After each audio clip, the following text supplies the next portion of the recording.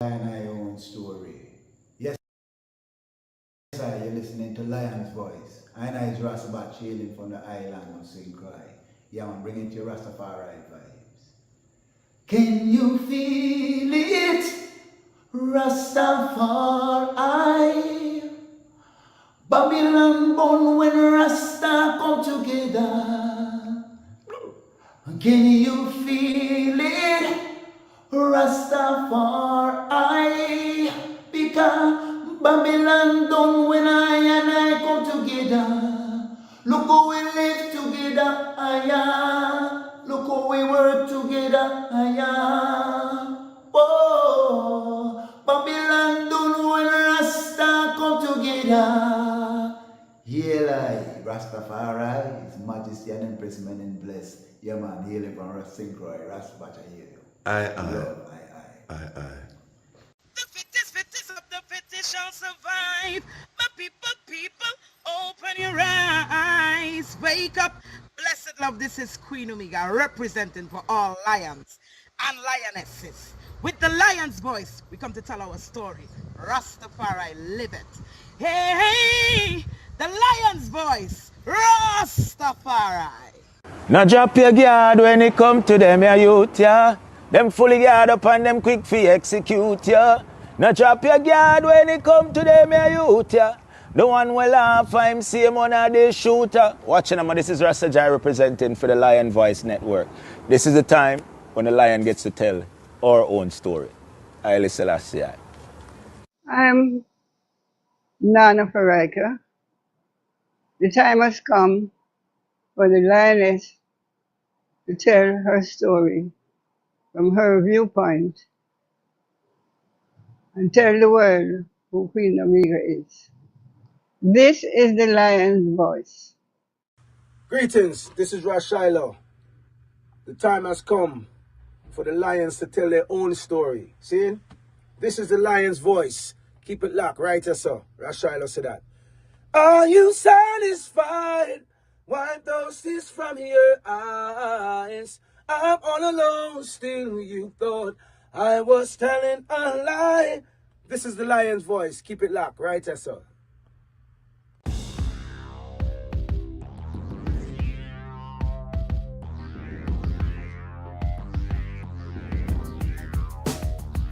Well, Lion Voice, tell them that's the people first choice. Lion Voice, make the lioness them feel nice. Lion Voice, with the lion cubs we sacrifice. Lion Voice, got to show the people them the life. Lion Voice.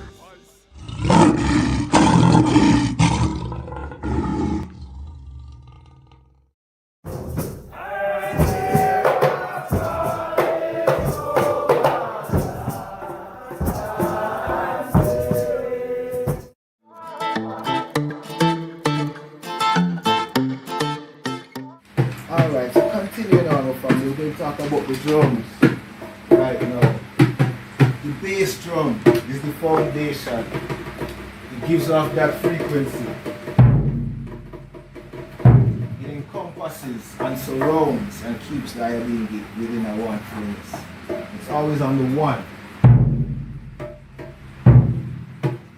One sound, one mute. Alright, very important. The more aware you are of yourself, the more you come to know yourself, the more mindful you are, okay, is the more skilled you become at using this powerful engine, which is your mind. And then the resolution is like just finishing up the lessons now and just saying yes, and reminding people of the theme of your story. So, you know, the theme of this story was the importance of agriculture. For the motherland, cradle of civilization, for the ancestors and their indomitable spirit, for the elders whom we can learn much, for the youth who represent our promise for tomorrow, for the people, the original people, for the struggle and remembrance of those who struggled on our behalf, for Umoja, the principle of unity that guides us in all we do, for the Creator who created all of the things great and small. We give thanks. Let's go through the principles. The first one, blessed love and greetings. Welcome to day 5, our last day of camp. That's sad, right? Too short. Just when I started to have fun, it's over. But it's been fun, and we'll do this again next year, most definitely. Looking forward to seeing you all again, and stay connected after camp.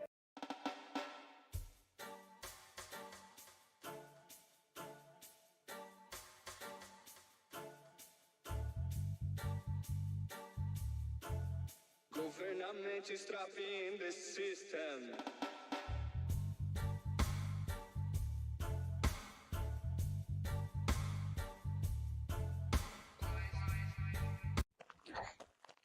Jano, I'm so hungry, bro. I haven't eaten all day.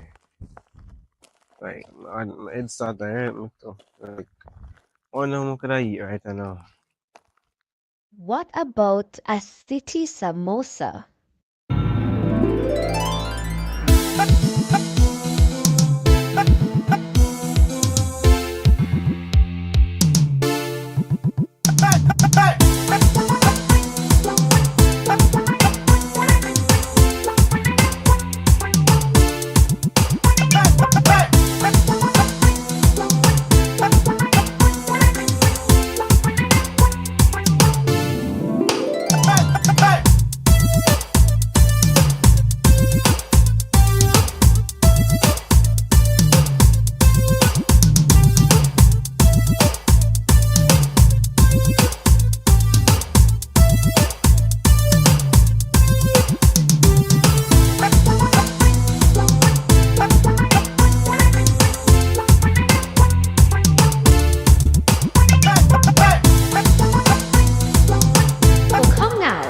Get your samosa, a fusion of Indian, Jamaican, and African culture.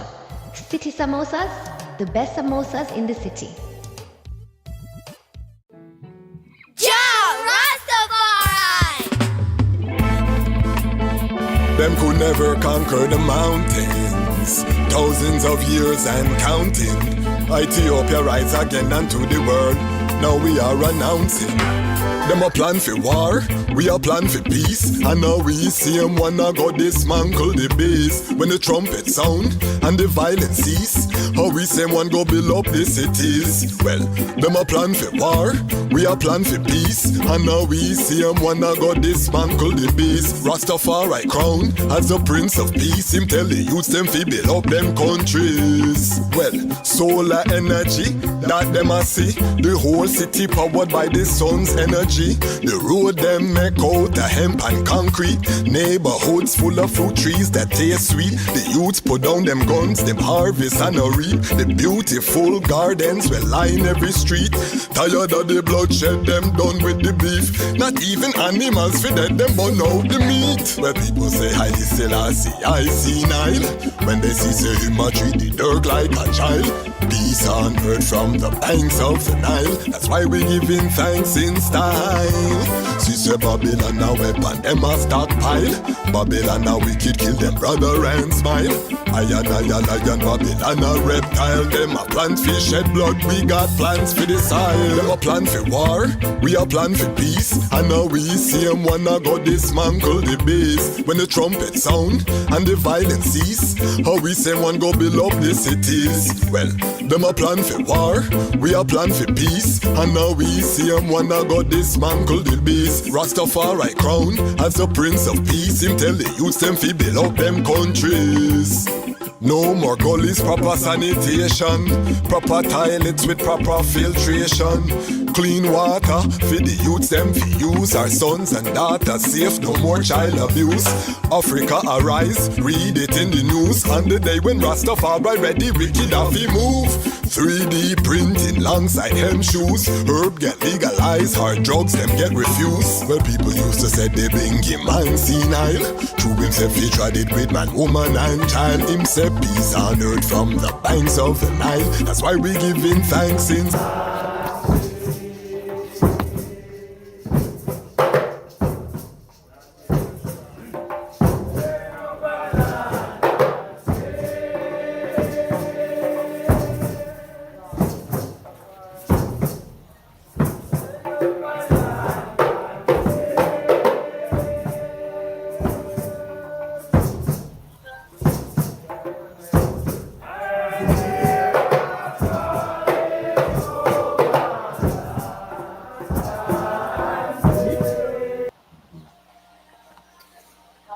Greetings in that divine name of His Imperial Majesty Emperor Haile Selassie I. Glory and honor in the name of His chosen Queen, Empress Waziri Menen. My name is Kwasi Bansu, aka the Chasmach Kwasi, aka Ras Kwasi, aka the Reading Ras, aka the Pan-African Happy Man, creative industry attorney. I'm an author, I'm an artist, I'm an actionist, and right now I am the host of Lion Talk Live. Welcome to a special edition of Lion Talk Live, and welcome to the Lion Voice Network, where the lions are telling our own story. I want to say how honored we are to welcome this very special guest, not her first time on the platform. If you want to hear her story, go to the homepage, click the live tab and scroll down. Sister Masani, we're going to go into her latest historic work. She was the convener of the very first Rastafari International Conference in 1982, and she has returned with another conference in Toronto, Canada. We're going to be hearing all about it. We're going to learn why is it necessary, who are the dear panelists. We're going to go deep into the conference. The conference will be in full swing by this time next year. And as the fastest growing Rastafari platform on the planet, it's our duty to highlight this important work. And I want to, before we introduce our guest, just big up the greatest online community on the planet Earth. Who am I talking about? The Lion Pride. If you subscribe, you're part of the Lion Pride. I want to welcome Sister Marie of Brooklyn, New York, our latest member to the Lion Pride on Patreon. Sister joined as a mission supporter. That's only $5 a month, $1.25 a strong.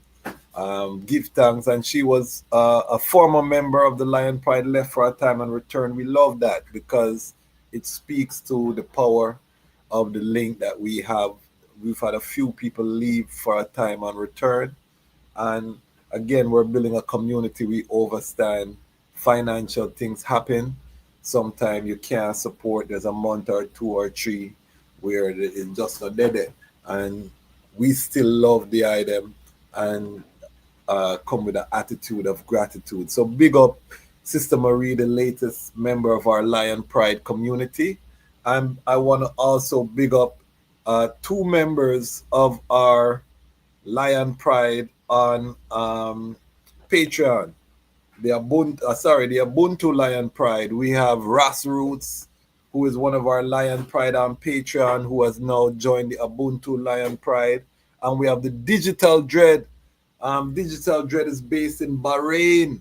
So for those who never know that this is an international Rastafari platform, Digital Dread is in Bahrain. He's Kenyan, of Kenyan nationality, but he's living in Bahrain.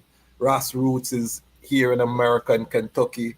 So I want to just show the item, and you can become an Ubuntu Lion Pride member for a contribution of $100. It's a lifetime honor. That $100 price is going to continue to go up. So by coronation, it will be $150. By next year, maybe $500. So it's a good time to immortalize yourself with Rastafari independent non-aligned media. And we commit, when we get a physical space, we're going to build out a wall, tribute to the Ubuntu, the ones who saw the vision. I am because we are. That is what Ubuntu mean. And these ones see the vision and say that we as Rastafari deserve a world-class media operation, and they've contributed. So I just want to welcome Ras Roots, Digital Dread, to the Ubuntu Lion Pride family. That brings us to 10 members. And we have 2 of those 10 members are also members of our Lion Pride on Patreon. So they're fully on board. Big up Nick Nakus, who is the other Ubuntu Lion Pride, who also is a Lion Pride on Patreon monthly supporter. So the item know we always see it. There's no one coming to save us. To keep media independent, it has to be audience funded. That's the only model that ensures that the media is not answering to a sponsor or someone who's writing a big check. So, I'm appealing to the global family to come off of the fence. You know what I mean? A lot of us like to watch.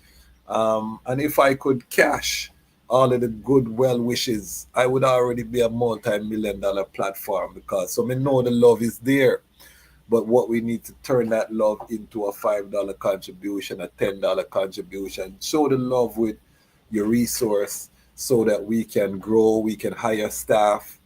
Until we can employ our young people, we're not going to keep our young people. And my guest tonight knows a lot about that because she's always employing young people, making sure they get paid.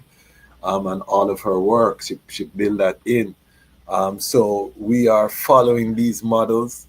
Volunteer Ethiopian time. That is still always going to be a component, but we cannot build a nation on volunteerism. So I sound the trumpet at the beginning of every episode so that the family can know the urgency of the mission that we have. We are building something sustainable. We have to do our housekeeping to ensure. And for those who are coming off of the fence and being the change that they want to see, welcome. The Lion Pride is growing. We are 47,000. By I think tomorrow we'll hit 47,000 on our way to 50,000 in the Lion Pride. But we only have less than 50 monthly contributors. What does that say about us? I don't know, but it don't look too airy. But I know that the tide is turning because lately almost every strong somebody has joined the Patreon, joined the Ubuntu. So I know that the tide is turning, you know what I mean? And we give thanks for that.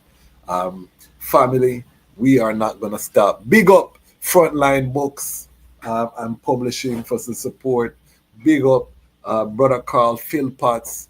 Big up Ramia King Design, CMOS Life, Wally King's Entertainment and Graphics. All of the sponsors who make these broadcasts possible and make them sustainable. We give thanks. We're creating a Rastafari Pan-African ecosystem. You're seeing history, family. So, all right, housekeeping on to the way.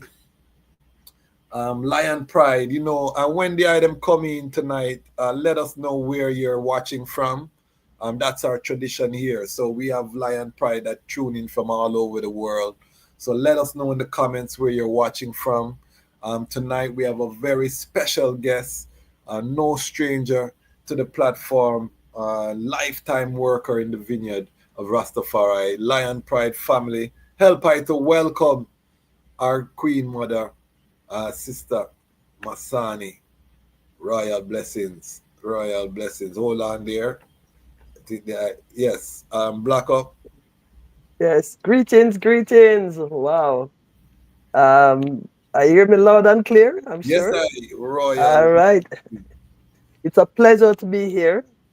And what a greeting, what a welcome. And I must say that as a journalist, I have to big up the eye for what you're doing in regards to media, Rastafari media. I've Yes. been advocating that for the longest while, that we have to tell our story. We have to write our story.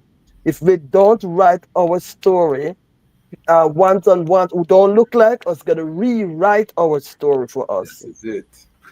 And I've been pushing that, advocating that. I'm a trained journalist from the 70s, even though I wear many turbans. Yes. But I wear many turbans. Yes. But I'm a trained journalist from the 70s. And when I graduated as a journalist in 1980, I said to myself, who's going to hire a Rasta journalist? Remember, now you're talking 1980.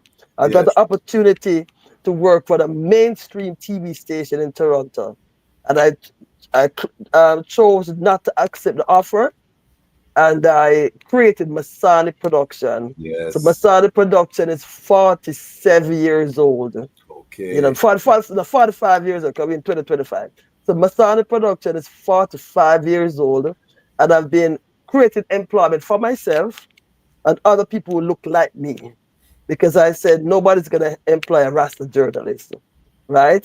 And I firmly believe in creating employment for young people, other, young people, and also ones not so young, because I know that, well, the hardest thing to do is to have employment, is to have an Yes. income for what you love. And media is what I love, writing is what I love, and I just created so I could employ myself. So that is my intro to the interview for the next. Well, we're gonna have a reasoning. Yes, reasoning. Very, very important. So Rastafari International Conference, there's no other person on the planet that I could reason with to talk about, why a conference, because the first conference was started by the I, you know what I mean? So, but I'm going to ask the question, why a Rastafari conference? Well, good question. I wasn't gonna do a Rasta conference this year because traditionally we have been doing Rastafest for the last 32 years. Yes. I was talking to a brethren, and I said, Masani, your work is not done. Your work is not, because I keep on telling everyone that, one, I'm retiring. Two, Yes. I'm not gonna do no more Rastafest. Three, Yes. I think I've done my part. So it's time for pass on the baton to younger ones. And the brethren said to me, your work is not finished. The conference work is not even finished. So you need to revisit what you started as a young person. And believe it or not, Kwasi, I visioned this international gathering when I was 23 years old. God. As a Garvey Heights working for the UNIA organization in Toronto, I went to a UNIA convention in Detroit. This was in 1981. So I would have been 23 years old. And coming back from Detroit, leaving from Detroit and crossing the border to Toronto, 23-year-old youth, what do I know? But I was so inspired by, this Garvey convention. And I saw all those Garvey Heights, and I'm thinking like, wow.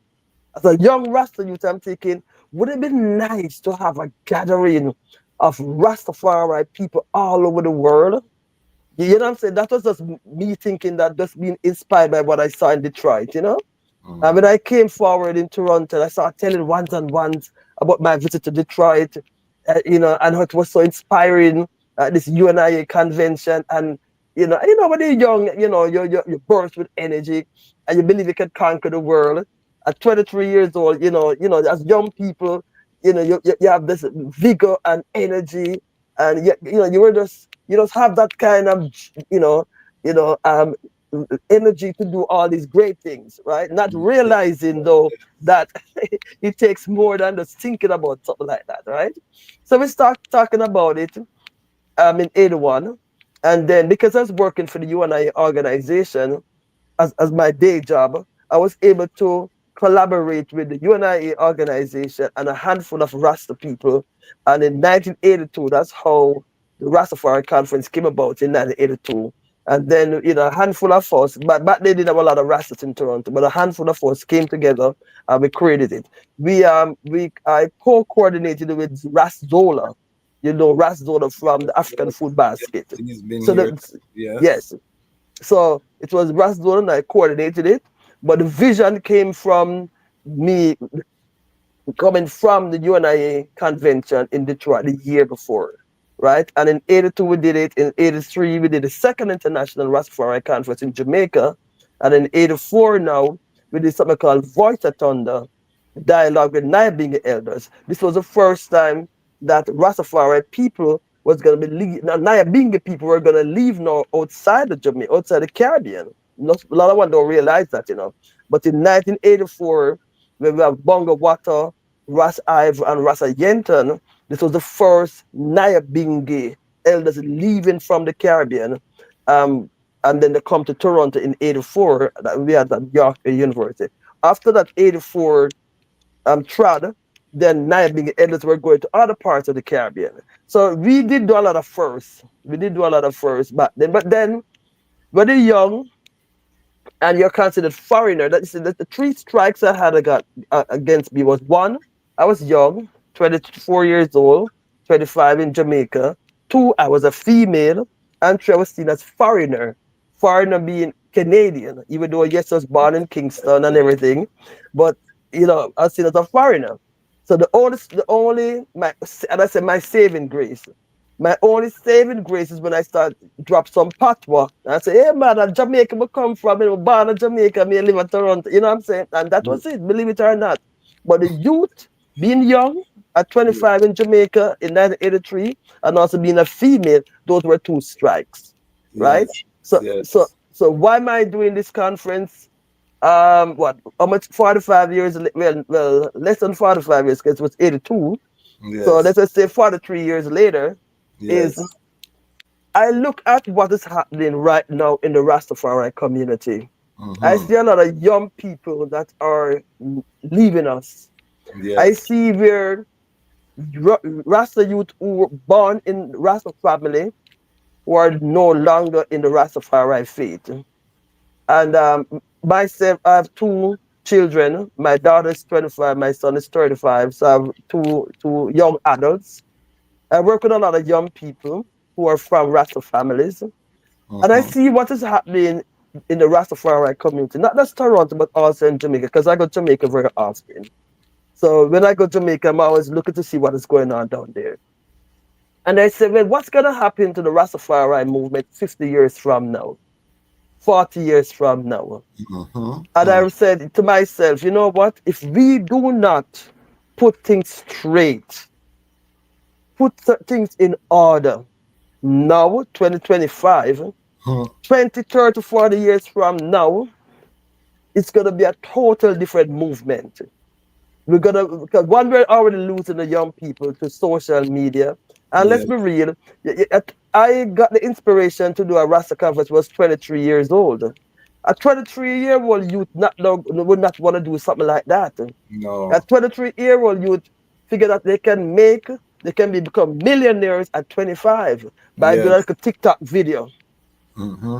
Do something on TikTok and bam, you're a millionaire, 23 years old. Yes. Yes. So I realized that we're gonna lose all the Rasta youth.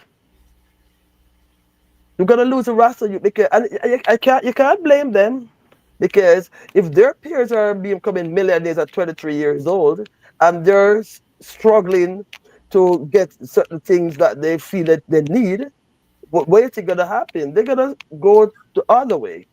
So I say, you know And, what, as and elders, they we need to do that associate too. Rastafari with poverty too. They associate Rastafari with struggle. A lot of them see their parents struggling.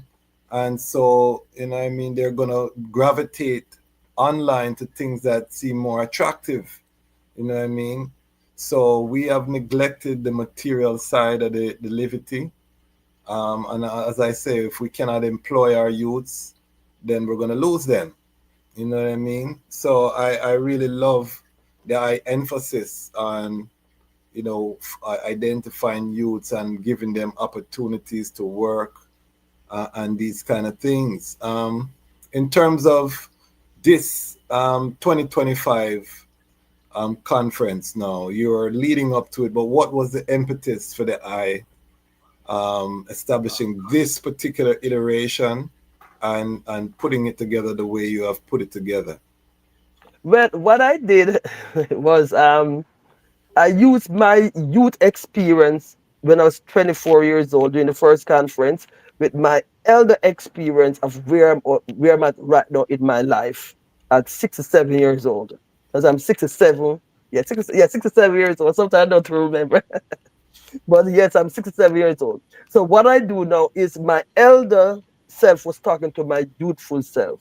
And I combine the youth and the elder as to what happened back then to what is happening now. So what that does that mean? One, I was able to use social media.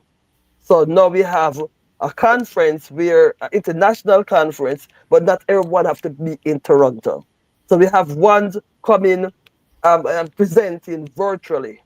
We have somebody, Rasika from Chicago. We have a Yes. Bridget from England. We have a Knife from Jamaica. Mother Moses in Jamaica. Then we have ones coming into Toronto. Then we have ones logging in from Edmonton. Then we have ones logging in on Montreal. So the beauty about this conference is instead of ones coming to one place and reasoning, we can gather ones internationally using social media. That's the first thing.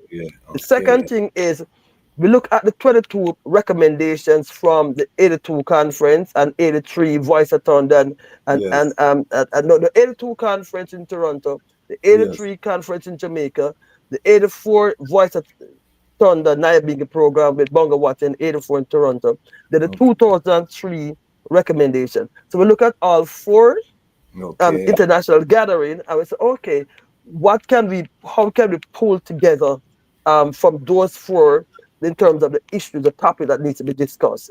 And that's why we have that kind of program that we have for next week. So it's really looking at what was already done, because I really don't believe in reinventing the wheel.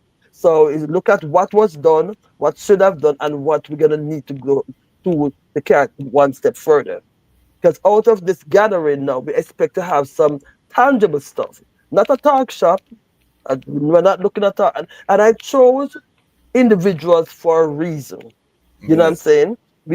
Everyone was totally chosen for a reason. You like Rasiko, like the Eye, Michael Barnett is there, Knives is there, Mother Moses is there. We invite some other sisters who couldn't make it. Not this time, but we did invite a few other sisters and all that, right? So everyone was chosen for a reason, right? Makwapi from England, he was the last addition to the list. And he called me out of the blue. I guess he heard about what we're doing, and he called me from England, and we spoke for about an hour. And after reasoning with him, I said, we have to get his voice at the conference, because I've always been interested in the Rastafari community in England, because I know that the Rastafari community is strong in England. I know that.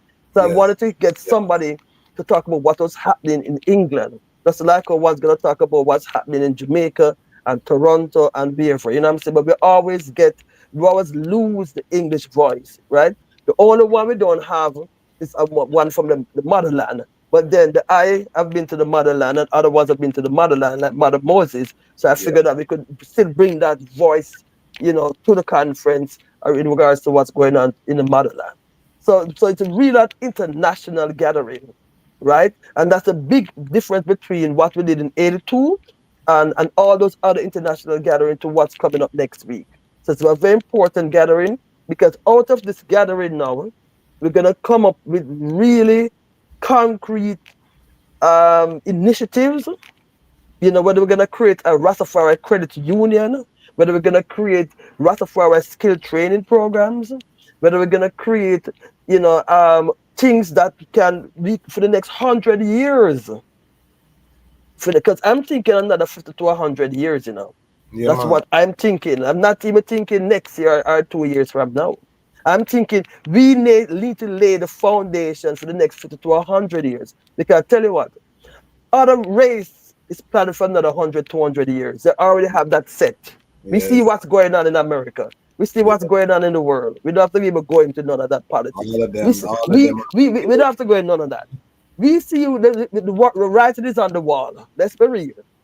So if we as Black people, as Rasta people, if we do not set a foundation right now for Rasta youth and Black youth, I'm telling you, for the next 200 years, it's gonna be those youth gonna have a problem.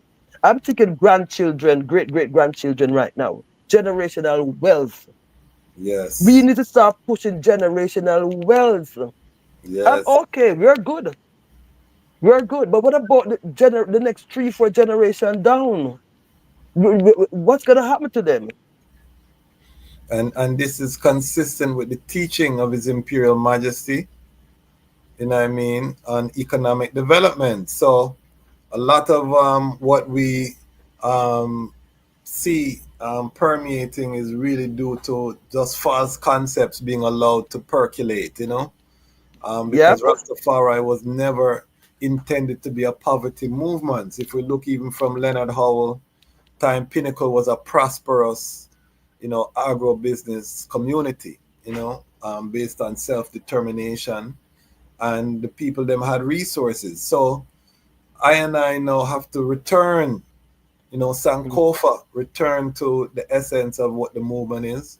And, how I see the conference is almost like a think tank, Mm-hmm. And, I give thanks that I reach out to I. And that was one of the things that I know I was saying from the beginning is let us, build on the 22 points and let us Mm-hmm. try to ensure that whatever coming out is Irie, because even one of the reasons that Iman established the Association of Rastafari Creatives was out of the 22 points. One of the points was that the Rastafari creatives should come together for the benefit of the Rastafari community. I think it was point number 4, and that was one of the inspirations. So these conferences, when you have these minds, can really inspire the action. But there's a lot of work that's going to have to be done um, after. Now, we have a question. The Ital Temple says, do you think virtual gatherings have the same impact as in-person gatherings? Well, it's not just virtual, Okay, we have a lot of ones in person. As I said, we have to use the technology that we have because you know um, having somebody from England coming in or Chicago or wherever, is a cost involved. So we've been always that, well, there's cost involved. Virtual can work because the key thing is that the documentation, meaning that we're gonna document every single sort of thing. We're also gonna live stream the conference. So by live streaming it, one can stay anywhere in the world and participate in what is happening. So that's the beauty about what we're doing.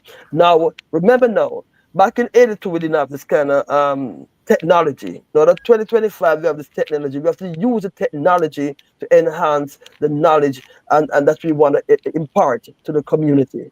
So the virtual thing does work.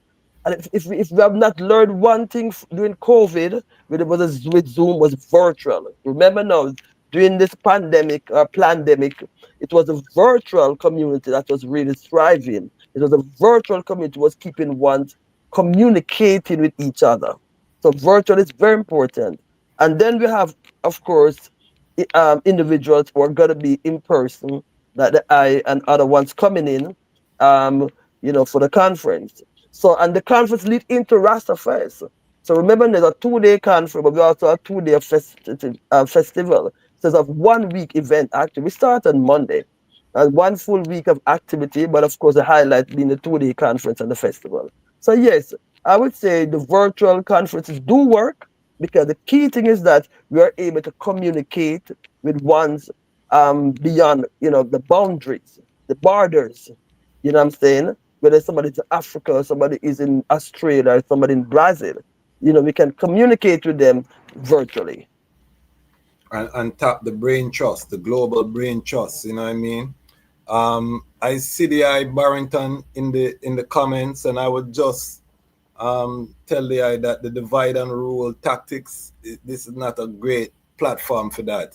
So if that is your intention to divide and rule, you come at the wrong platform. So just balance your meditation. You know what I mean? Give thanks. Rasta Root Life said virtual can potentially lead to an in-person reasonings.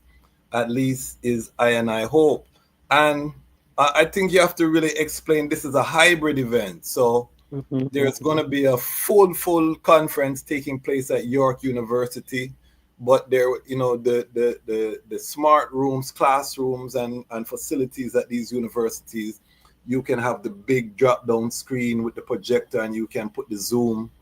They're Wi-Fi equipped, so you can Zoom in people into the sessions. So that is what ones have to identify. It's not just these people on Zoom linking. It's an actual conference taking place, but there'll be ones who are not there physically that can still participate because of the addition of modern technology. Is that correct, Sister Masani? Okay, so one correction there. So the conference was supposed to be at York University, but we know that in August the campus is empty. Okay. Students are not on campus. Summer school is in session. There's summer school, there's summer classes. So 3/4 of the student population is not on campus. So we wanted to make sure that it was to the community. So the conference is in a community called Little Jamaica at Yes. Student M, and Student M is owned by me. Student M is our head office, you want to call it that. So Okay. so we have all the technology that York University would have, right? Yeah.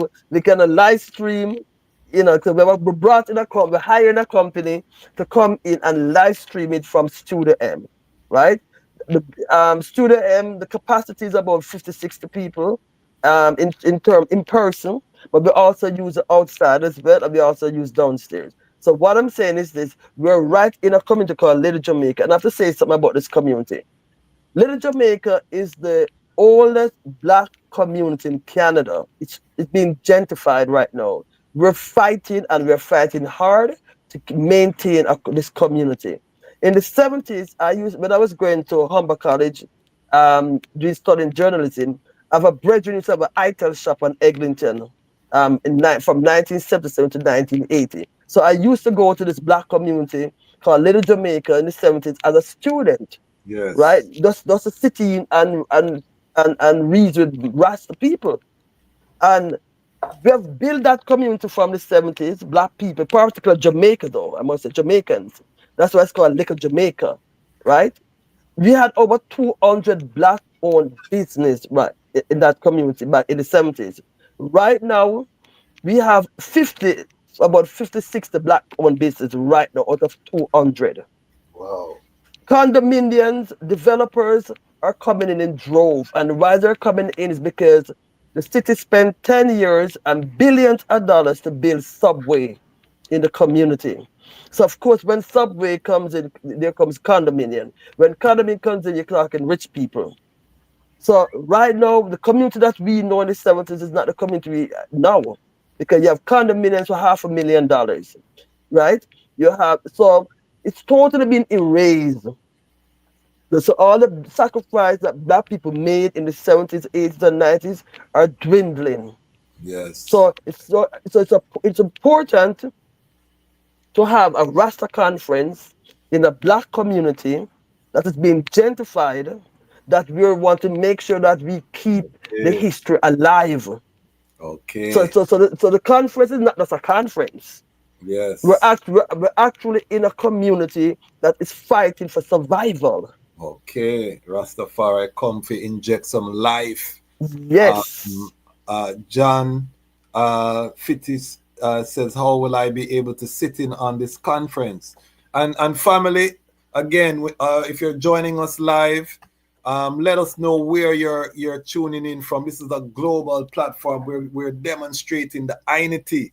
So, as I said to my brothers, the divide and rule tactics on this platform, it just exposed that is your plan, you know what I mean? Because we have over 1,000 pieces of content on this YouTube, and you would never hear I block a sound about the vision between any Rastafari people. So please let us know where you're tuning in from. Let us demonstrate the love and the unity and crumple Pope Leo and his descendants who have preached divide and rule. Continue, Sister Masani. How will one be Yes. able to sit in on this conference? But it's going to be live streamed through studiomradio.com. Studio M, we have an internet radio station, because the building is called Studio M, right? That's our facility. Studio M Arts Hub. So we have a 24-hour radio station called studiomradio.com. Because again, I'm tired of hearing songs that I can't understand the words. I'm an Yes. old school girl. I'm an old girl. I tell people I'm an old girl. The music I love is from the 60s, 70s, 80s, maybe some Yes. 2000. After Yes. 2000, I don't understand a word they say. So I couldn't find, because I love to listen to old music, I couldn't find, I have to go to YouTube all the time to get these Yes. songs. Yes. So I Yes. said, you know what? If I can't find a radio station that can play old music, I'm gonna build a radio station that's gonna play old music. So that's Yes. how Studio M Radio come along, because we have the capability to, because we have a studio. The Okay. studio is, when I say studio, it's more than a studio. It's really an arts hub, because I say, we're on 2 floors. The main floor we can accommodate about standing about 50 people, seated about 40 people. That's a studio. In the basement, we have band rehearsal, and we're gonna be doing some recording, but the record is on the low end of thing because really and truly, we're so busy at studio end that the recording is only if we want to record something. You know what I'm saying? Yes, So, yes, so we're gonna have live stream through yes. studioemradio.com.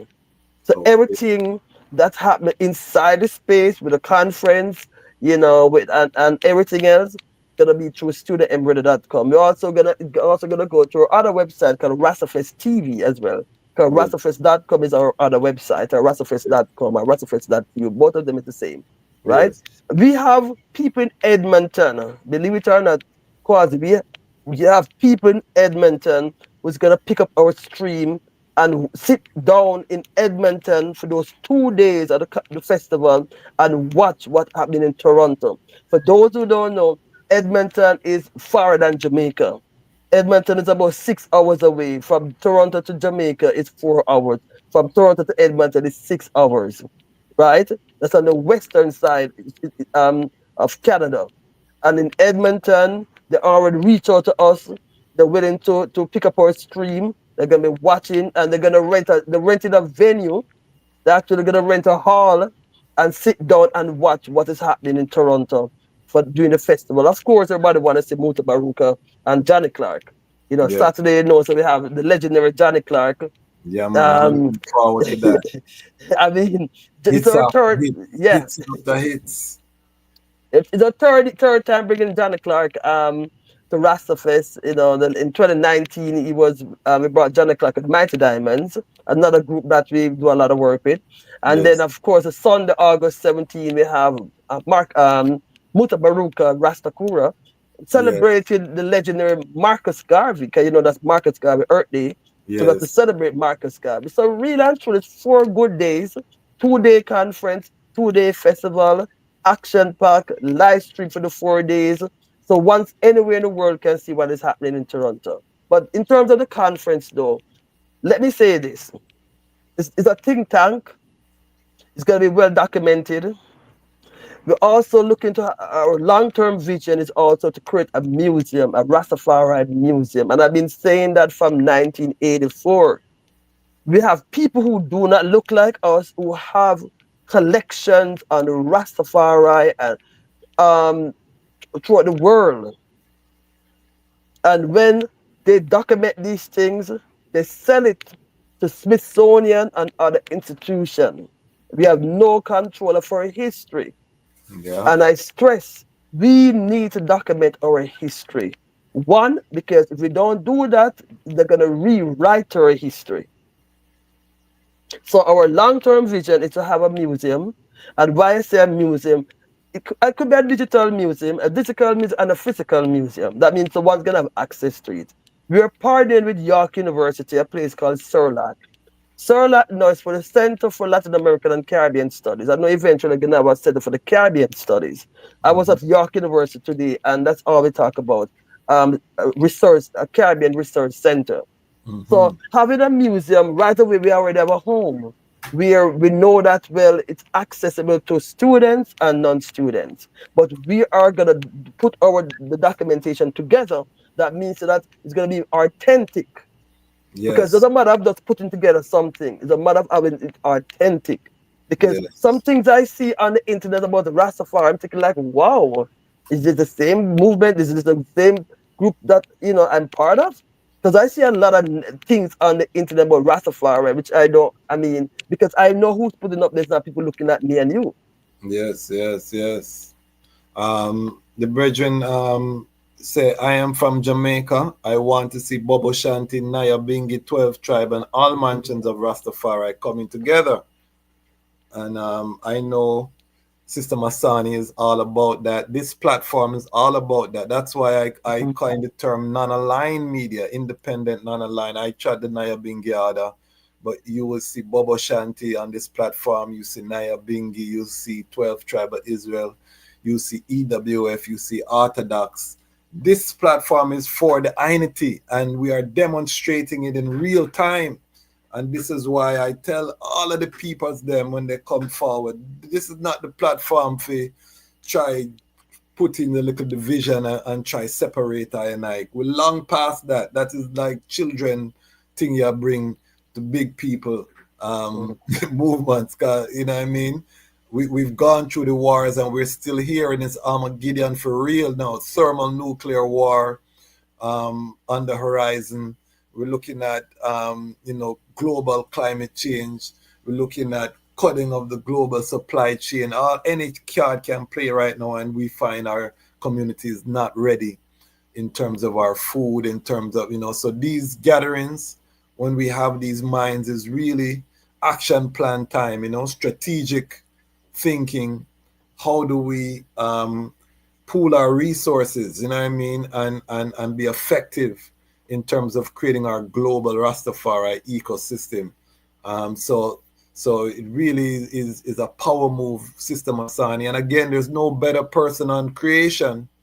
And that's why we say this is a ILEC movement, because it's His Majesty of the Rise, Sister Masani, who is saying she wants to retire, who started the first conference, to come again now and bring together, because she have the know-how to formulate a conference. And now I love the sound that the conference is going to be at Studio M in a space that's owned by I&I, because I think it now make it even more powerful, because we're bringing the conference into the community. And I want the item know that the Lion Voice Network is a sponsor. So I will be there. I will be documenting here and there, and we'll put together a special episode, highlighting some of the highlights. So if you're not subscribed to the platform, make sure you subscribe. We're going to get some exclusive reasonings up there too in person. We'll be on the road, new camera pop out, purchased by the Lion Pride and Patreon, tripod, all them things they will have it now. So we're looking forward to be there and to document some of the reasoning. And I will be reasoning on the importance of Rastafari independent and aligned media. Because we have to tie this whole thing together, and that's the purpose of what we're doing. Of course. Because I want to touch on. I don't mean to cut you, but I want to touch on the all. I want to touch on the all mansion. The Virgin mentioned about all the mansion coming together. I want to touch on that, right? My slogan is this: I support all but member of none. Member of none means that I support all the mansion and houses. I was baptized in the Ethiopian Orthodox Church in 1977. I've been going to Nyabingi from 1977. I've been going to 12 Tribe from 1979. I've gone to Bobby Hill from 1979. I've met Prince Emmanuel 3 occasions. I've sat down and read with Prince Emmanuel on 3 occasions. I've met Prophet God. I've also been at the Nyabingi House from 1977 onwards, right?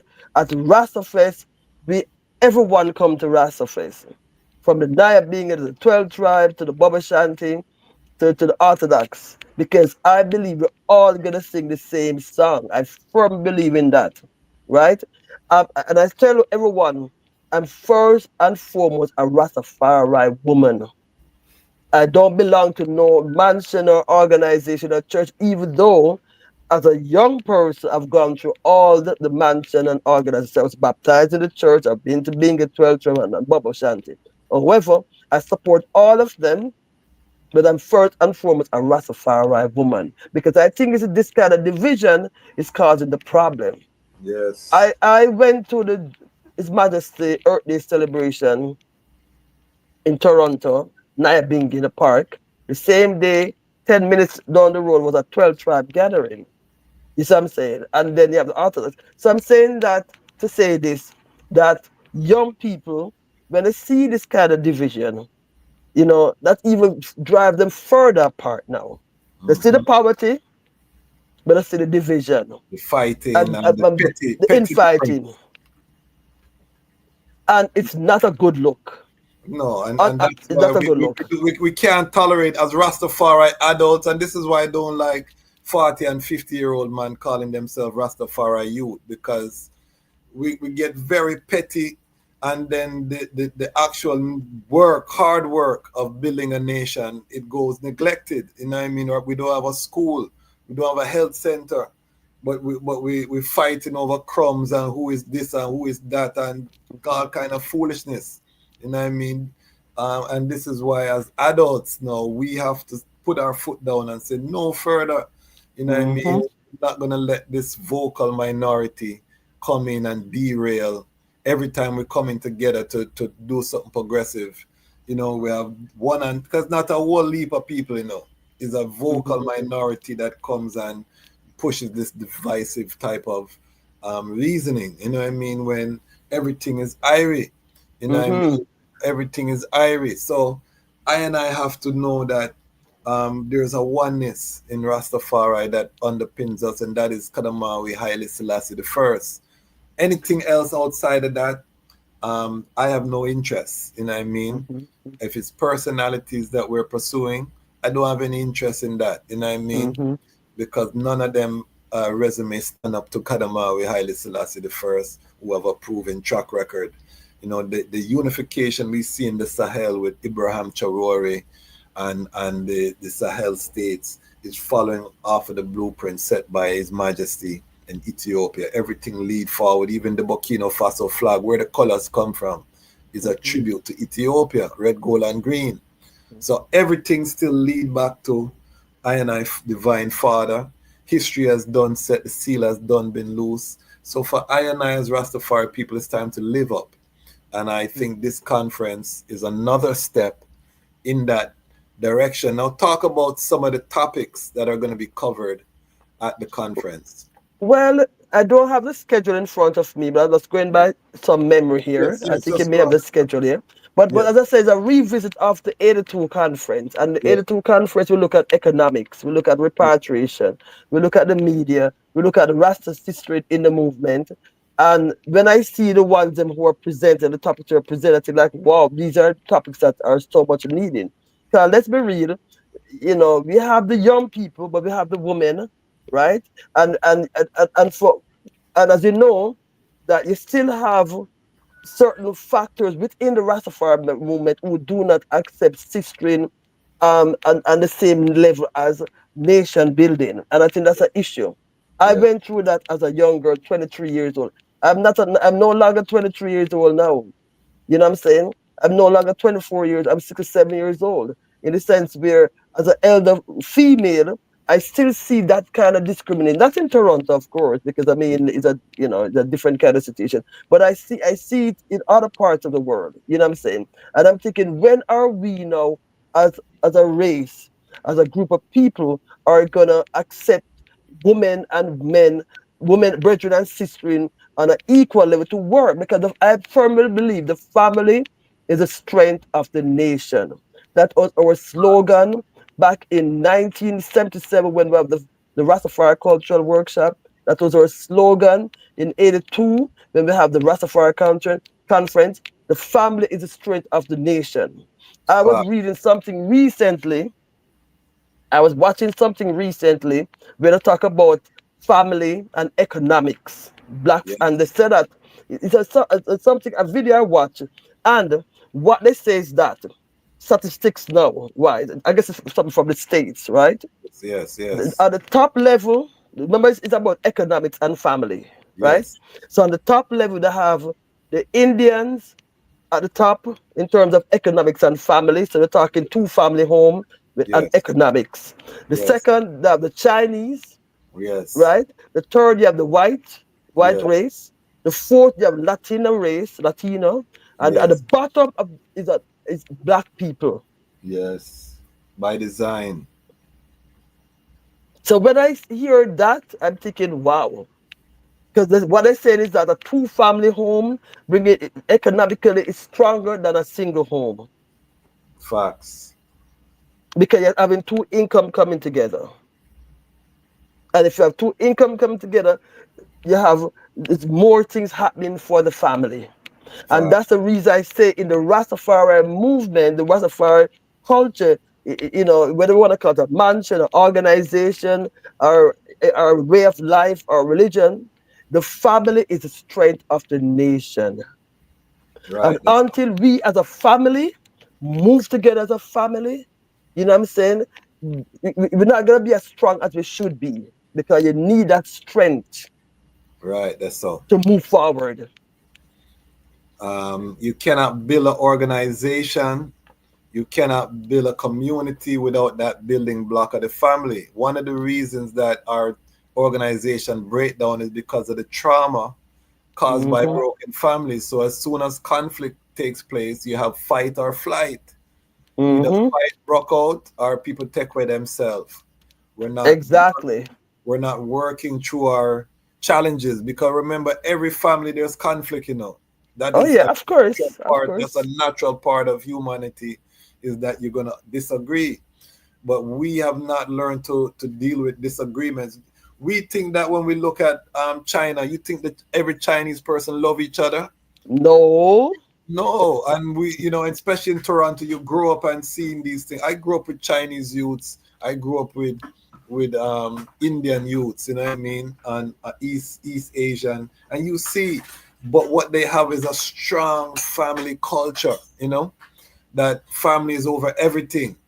So no matter how they fight in private, when they come out, they're gonna Family. the family, and they're gonna support that business. They might not like the man but own the business. Mm-hmm. Their dollar is going to go to that business because that's Mm-hmm. part of their community connection, and then they're going to make sure their child marries to someone from that family, and they Mm-hmm. keep the Mm-hmm. money and the thing circulating. So Mm-hmm. if we don't have that mindset as Rastafari people, and when you notice, if you go to the Chinese store, who's working the cash register The after school? children. The children. The children study Children. the book and a Mm-hmm. work the register, free labor Mm-hmm. that, him, Yeah, him man. not pay them full rate, but guess what? The youth also learn about economics practical. They have to Oh count yeah. against the register, you know. Oh yeah. So these are the little things that if and that's how they keep the youths in their culture, because the youth Mm-hmm. can be employed in the culture. He can support a family in the Yep. culture. You can get married, and the wedding is gonna get 100,000, 200,000 in contribution from him uncle, and so they can Mm-hmm. buy a house right there. So just having the Mm-hmm. marriage, Yeah, most man. Yeah. Yeah. families come out and can buy a house. The And amount of that's why I mentioned about the family being the strength of the nation, because I'm saying that this is even at the conference. This is one of the topics we'll be looking at. We have some young adults. I call them young adults. We'll be talking about um their issues as well too. Prophet Keita is also. He came in first night to Toronto. Prophet Keita.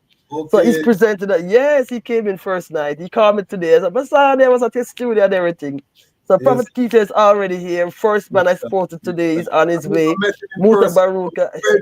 I'm a brethren. I never meet him in person yet. Prophet Keita? Yeah, man. I never meet him but we work together, man. So I'm looking forward to meet him in person. Let, He's a engineer, maritime yes, engineer. Yeah, man. yes. Serious work he man do. Well, he's in Toronto right now. He came in first night for the conference, and he came to the studio to surprise me. But then when he came to see me, I was at York University.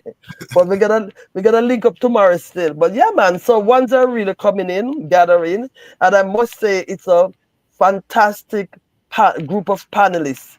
The topics are current. It's something that's much needed.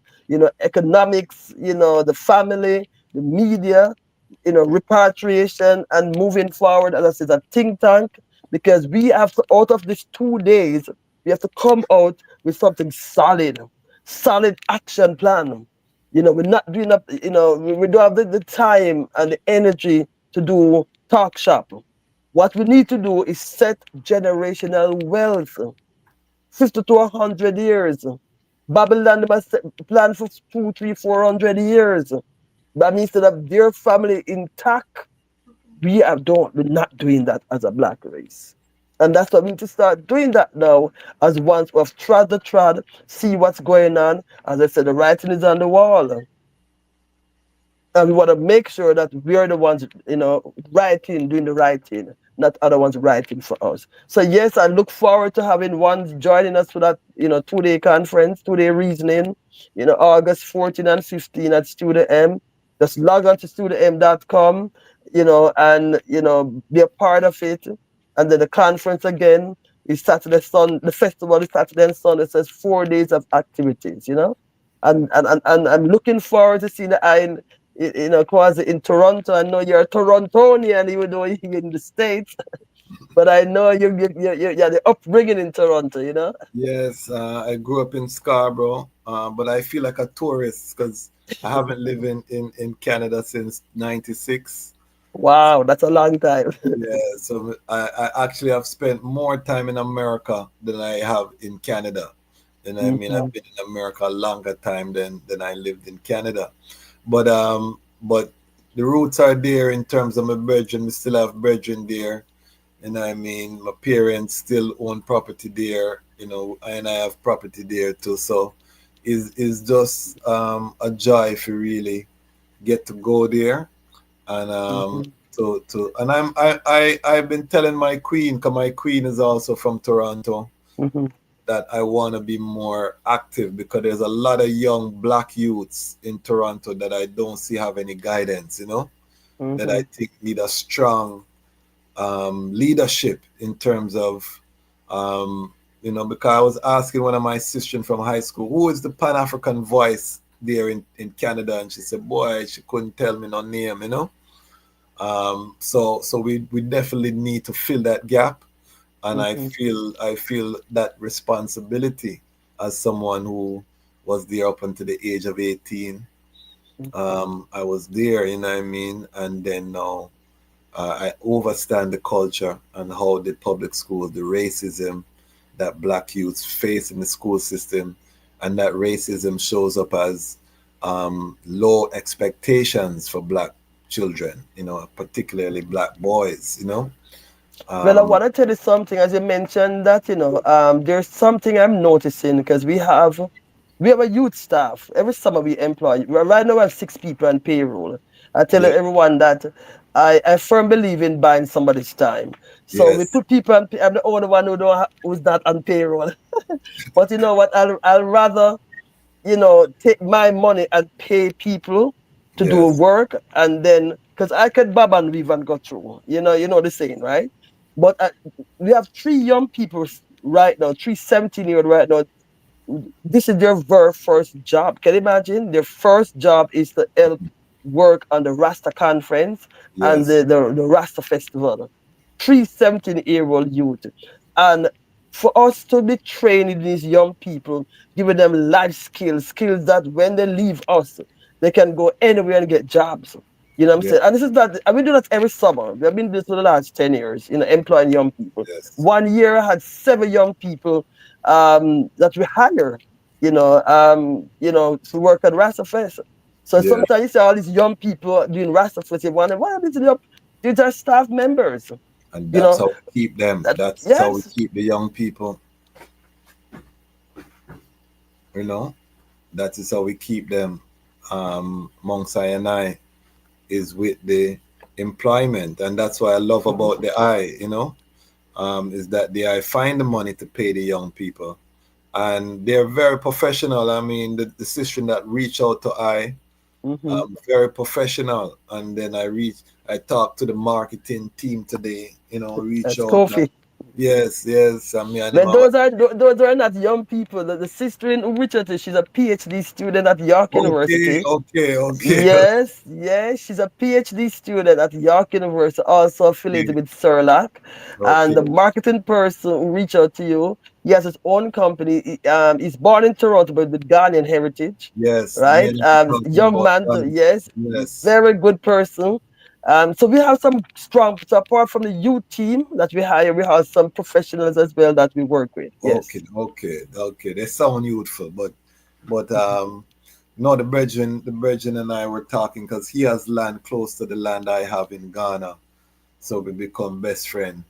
And I mean, talking about Ghana. So I'm looking forward to meet all of these ones in person, and it's a joy anytime Rastafari come together. Are there any opportunities for Naya Bingi chanting or any kind of Definitely. We always open Rastafest with Naya Bingi, you know. We always with drumming, you know. So we have Naya Bingi drum. We have a big bass drum at Studio M. Okay. So every time we open Rastafest, we always start with drumming. I go to half enough drumming. So we have Naya Bingi drummers who's gonna Yes. be there at the conference, are also gonna be at the festival. Okay. Baba Julius is here. You know, Baba Julius is from the Baba House. He has been here for the last 3 years. And we Okay. have some Naya Bingi drummers who Yes. who are amongst us. So, oh yes, we're definitely gonna have it. So we kick off with the drumming, you know, with the conference, and right from Thursday right back to Sunday when we have Marcus Garvey celebration. So we're gonna have lots of drumming. Oh yeah. Give thanks, give thanks, give thanks. I love it. I love it. What are any talk to us about the Rastafest portion now, the festival portion. Um, you know, what is the importance to the eye of Rastafari own reggae music festivals? Okay, so Rastafest was created out of a long history of Rasta events. In 1975, Bob Marley came to Toronto for a concert. 3 days after Bob's visit, the media launched a vicious attack on the handful of Rasta people in Toronto. Those days was the Orthodox Church was the only place of refuge. And I say place of refuge because all the Rasta people in Toronto in the 70s, the only place we could go would have been an Ethiopian Orthodox Church, right? This was from the 70s.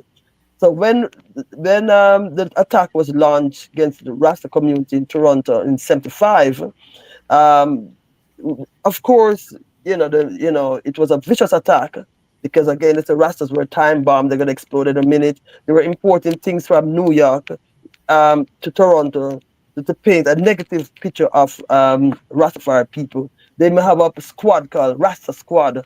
What the Rasta Squad was a group of black police officers that would go and investigate so-called Rasta crime or black crime. So we went through some serious situation here in Toronto in the 70s as Rasta people.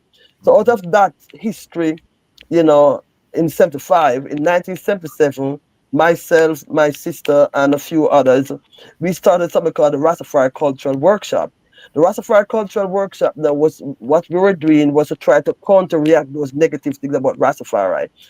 And so we would organize a lot of educational programs, to show what Rastafari is all about. So we did that from 1977 to 1980. And out of that movement came the 82 conference. So the 82 conference, yes, was created from me coming to Detroit, but it was a history of what was happening in the 70s. We're building on that. That's one thing.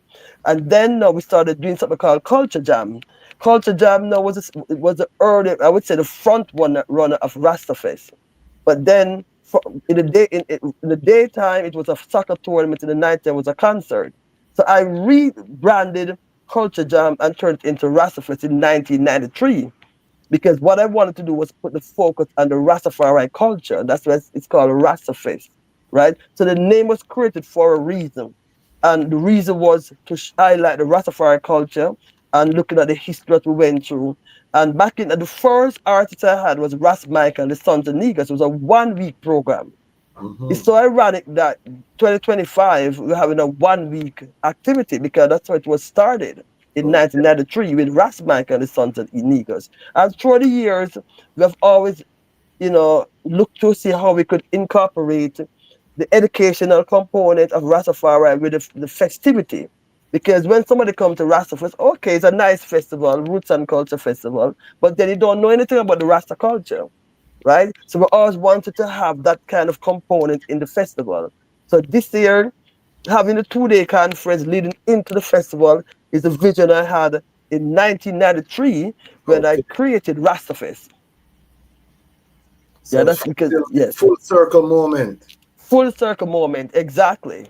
So what we're doing in 2025 is what was created in 1993 when we had Ras Michael and the Sons of Negus.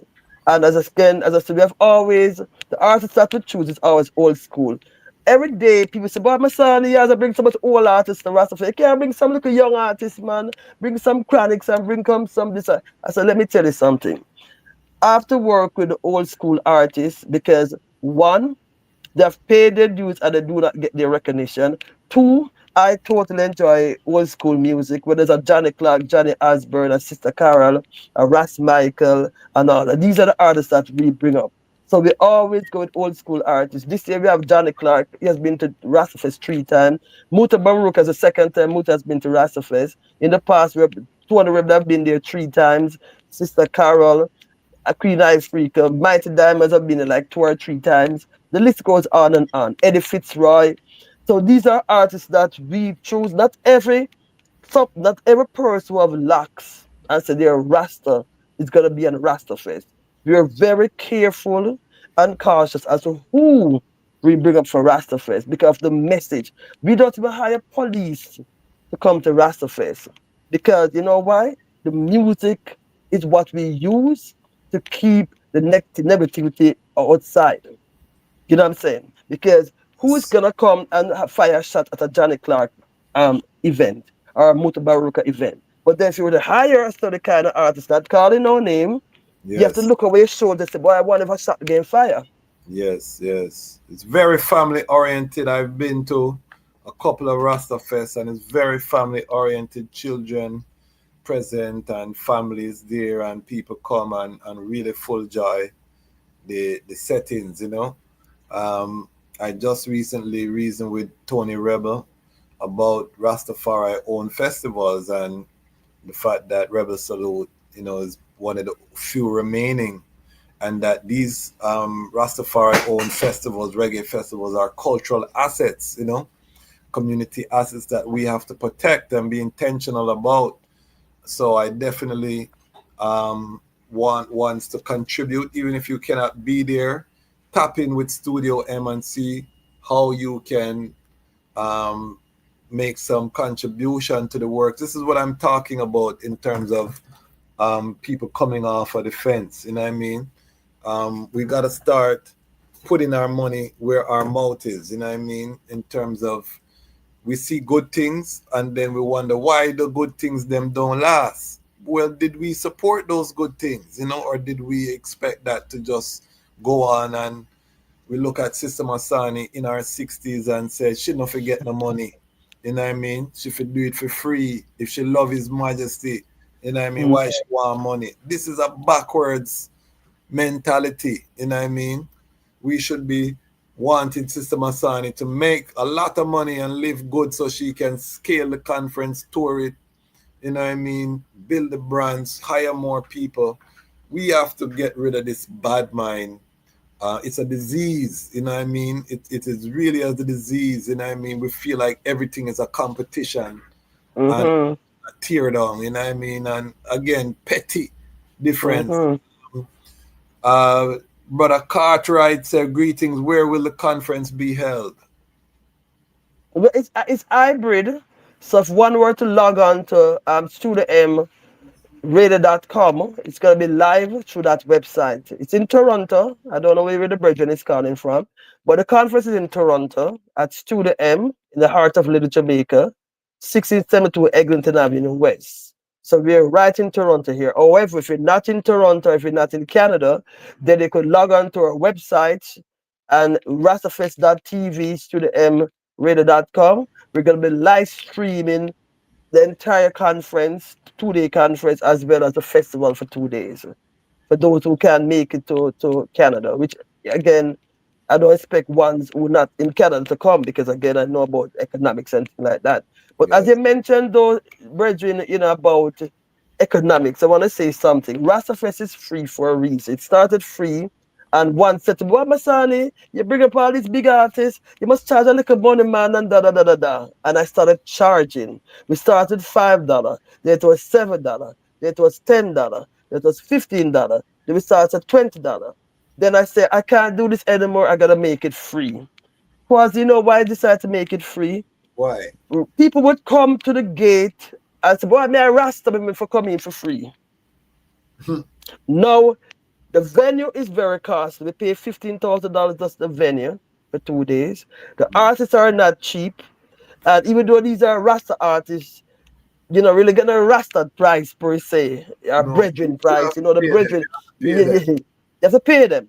And they deserve to be paid because they pay Yes, them dues. of They course. pay their dues and they deserve to be paid. So if you're gonna pay for artists, light, sound, stage, and venue, that's like 100 grand already. You're not Yes. making a Permit. 100 grand at the gate. So Permit. how are you gonna pay 100 grand? Yes. I know what's like to have $100,000 in the account and then following day zero. I still have another 20 people to pay. So how do you pay when you do have nothing in the bank account? Yes. So It's that's clear. why I have to stress the economics. So we're sponsored by 3 levels of government. So what I said, okay, after going through that stressful situation, can we put our own money in it? A lot of my personal money went into the festival. 32 years, out of the 32 years, I would say 25 years of my personal money went into the festival. It's a huge financial sacrifice. And I've heard brethren say, "Why Masani then? If you not make the money, where you keep on and do this thing if you not make the money?" Rasta brethren said that to me, you know. You not Yeah. make the money, so maybe spend your money every minute to do these things. And my children now see me going through all this sacrifice. Of course, the children are gonna say, "But why is mom doing this? Mom is so crazy. Why is mom taking my money, my bank account, and put into this?" Mm-hmm. So what people don't understand that it is a major sacrifice to do a festival. Festivals don't make money. They really don't. Festivals, what you do is you get sponsors to help offset some of the costs of Yes. the event. That's Yeah. really what a festival is all about. So you Yes. may get if you have a budget of $100,000, you may get say $50,000 in sponsorship, but then you have another $50,000 you have to spend. So where are you gonna get that other $50,000 from? So how you make that up? Then you get some vendors who are gonna come and vend. Then you may get some your personal money. So you have to kind of divvy it up a little bit. So for the 32 years of doing this, you kind of find a way to not make it stress you out too much. Yes. You mean that you bring down your costs now. So Yes. instead of renting a venue for $15,000, which is what we used to do through the years, we Yes. go to Little Jamaica and you go into a parking lot where you get it for free. Okay. Instead of bringing artists that gonna cost you arm and a leg, you work with artists that what gonna work with your budget. And Yes. because people do know Rastafest, because Rastafest is a known Of festival in the course. reggae community. It's not an unknown thing. So when Yes. I draw like a Muta Baruka, or I draw like a Johnny Clark, I would draw Johnny Osborne, I would say, well, I want a Sister Cara. Them daughters say no. Yes. Because it's a Rasta We get thing. quality. Summertime, outside vibes, quality, good Exactly. vibration. Con man dede. You know what I mean? Yeah. Soup, jelly man dede. You have all of your different accoutrement. You know, your red, gold, and green. It's going to be a irie time, you know? Mm-hmm. So people will turn out. And it's a great service that the eye is doing. I'm glad you broke down the festival economics because a lot of people go to a festival and see a lot of people and think the person is a multi-millionaire. And you're right. Absolutely The not. festivals that work are paid for before one ticket sell through Yeah. sponsorship. Yep. The big festivals that that are there, you know what I mean. Those are paid for by Mm. sponsorship. That's why you see the big names and car dealership and alcohol and this and that. They're paying big money. Oh Um, yes. you know what I mean. My Lion Pride and Patreon family is in the house. Akashic Records says sounds like a great event.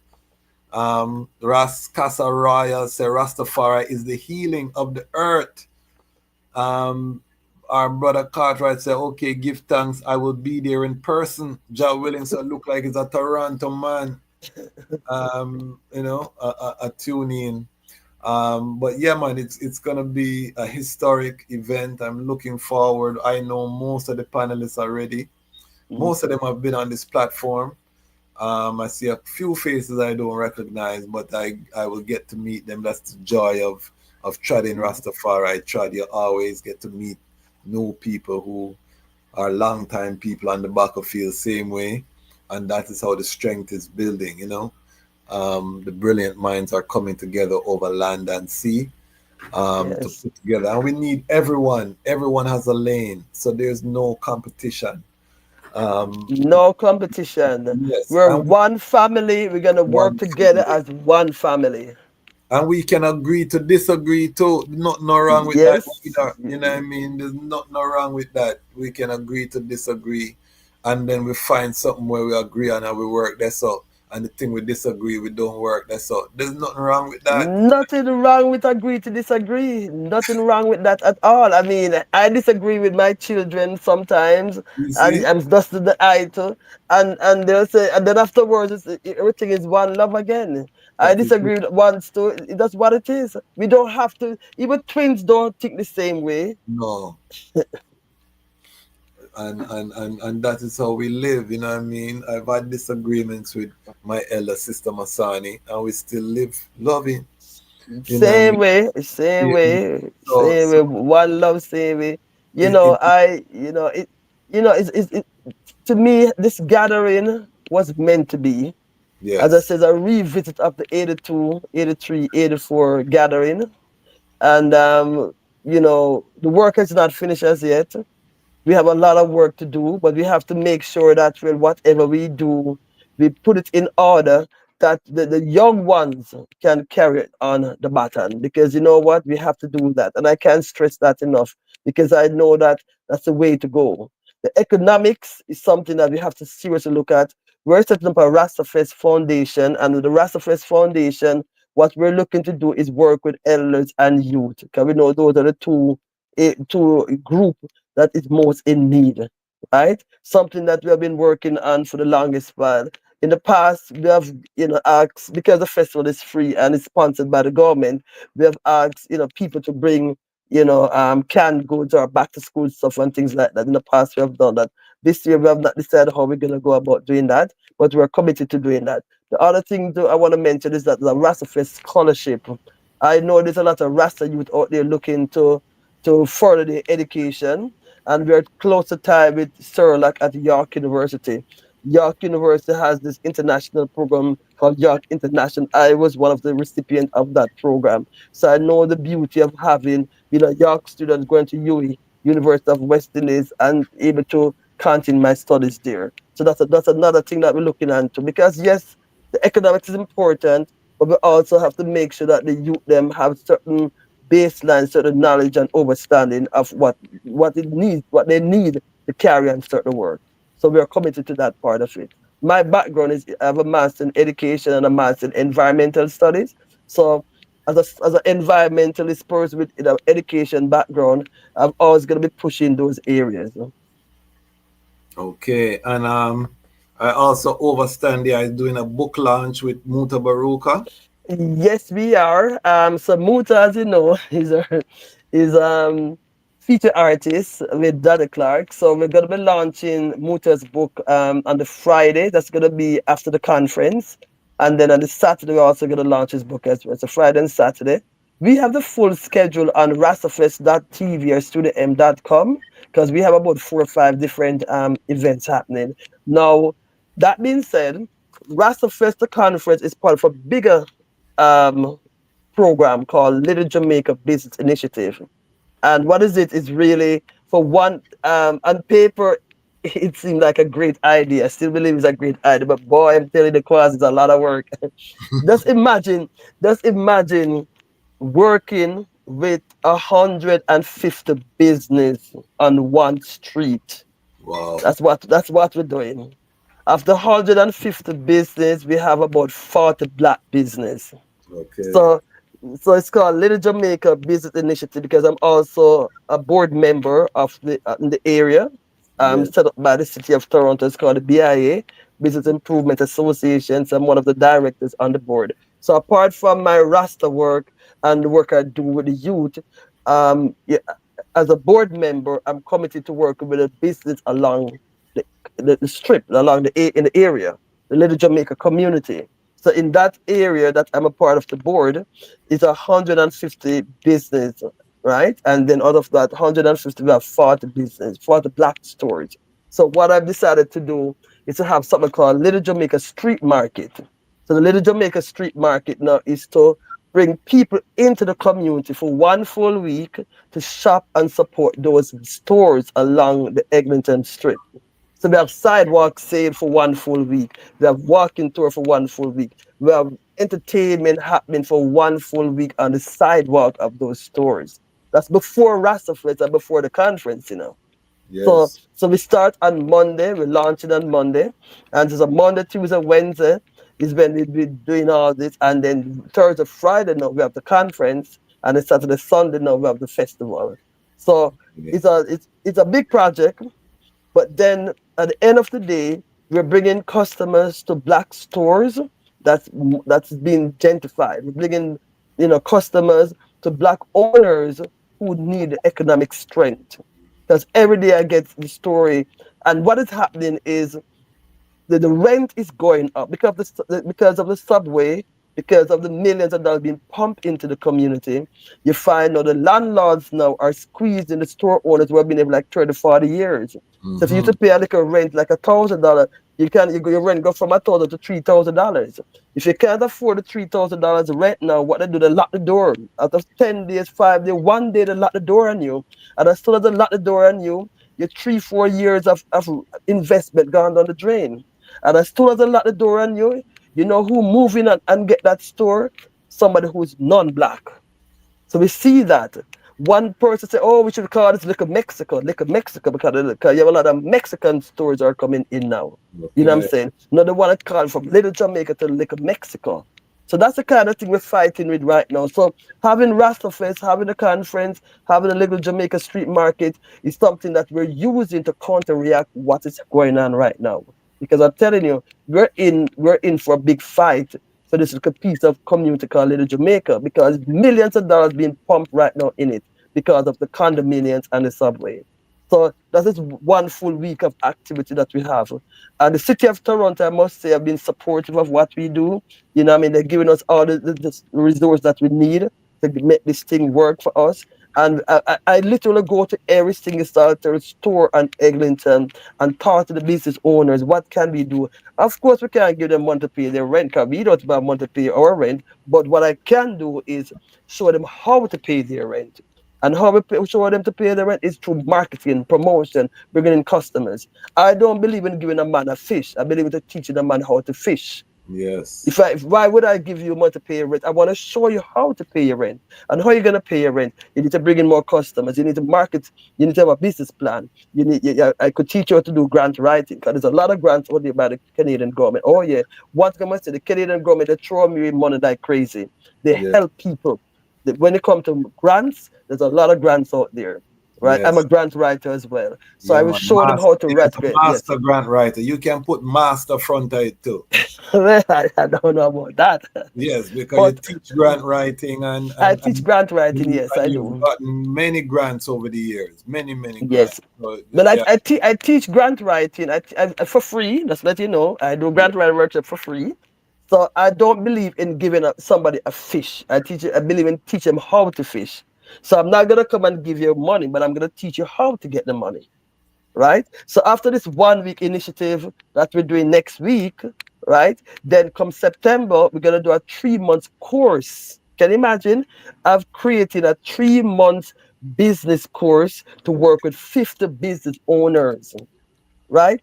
Who's working with us is York University, the business school called Schulich. For those who don't know, Schulich is one of the best business core program in the world. That's at York University. So we're talking top tier business instructors, and it happens to be a black man. You know, he's a black man who teach business at York University, who's coming to work with us with the Little Jamaica Business Initiative. Well, this is revolutionary work, and this is, makes my heart glad to see Rastafari working with the people, because that was always the strength of the movement, that we didn't isolate. We work with black people, you know what I mean? So they are going into these businesses, giving them tools to be able to pass down generational wealth, to build generational wealth, first of all, sustain their operation, and then pass that wealth to their youths is a powerful mission that DI has embarked on.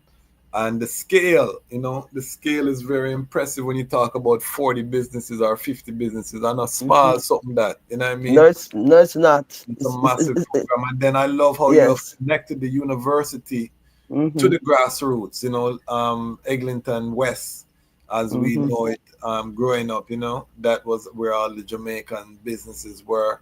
So it's a city as a Rastafari woman, leading this charge is very powerful and historic. And we're honored that we could provide a platform to highlight these works. So again, we're shattering the stereotype that Rastafari people are not active and doing powerful work. We bring those Rastafari people on this platform every day almost. You're seeing the works manifested. So we give thanks for the Sister Masani. So just in closing, um, give us some overview of things that one should be considering in terms of this conference and what they have in store and what we want to leave the people. What is the final impression that I want to leave with the people? Well, as the I says, a think tank.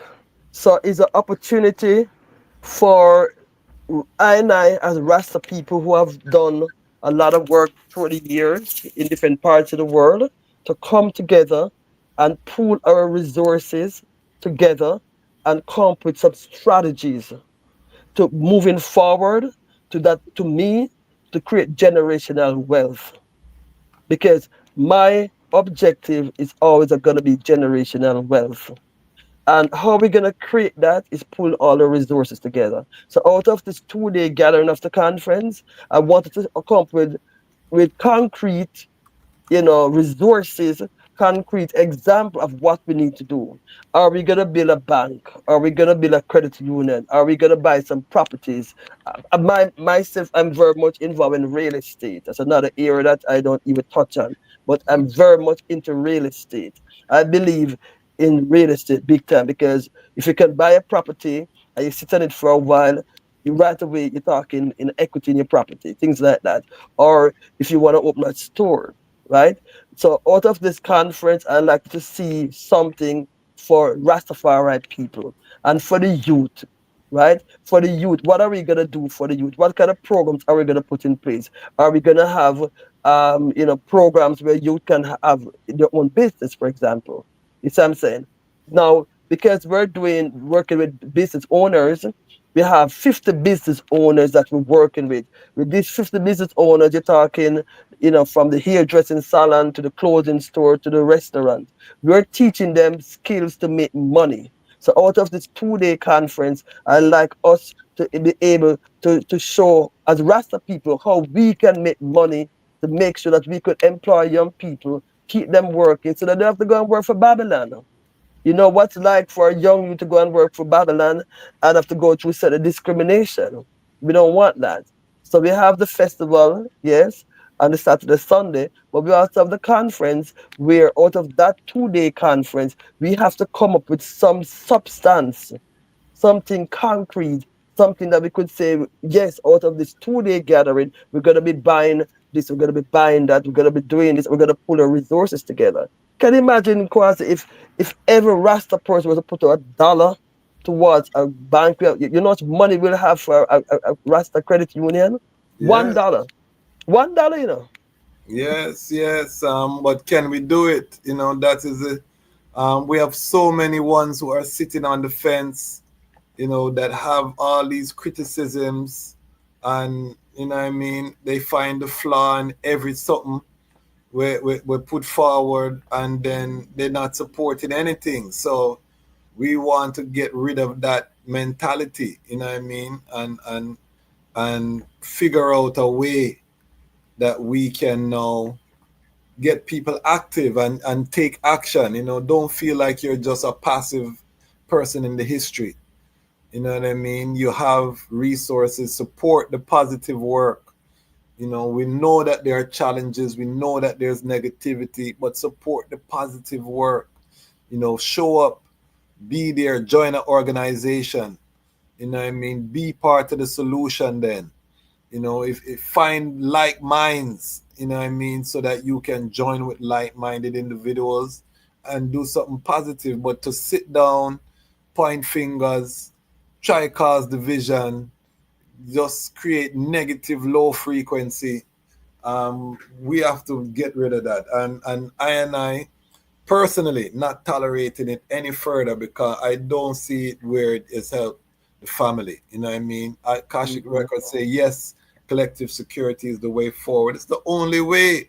And anybody coming with any other thing, we know say a Pope Leo pay him salary. You know what I mean? Yeah, straight. You know what I mean? We're not itch on that. You know what I mean? We're not spend no time with that because as youth, I was a youth when I came in the movement. I have teenage children now. I don't have time. My daughter get ready for go college. I don't have time with nobody for back and forth and it not build with to nothing. You know what I mean? That is asinine. You know that is crazy.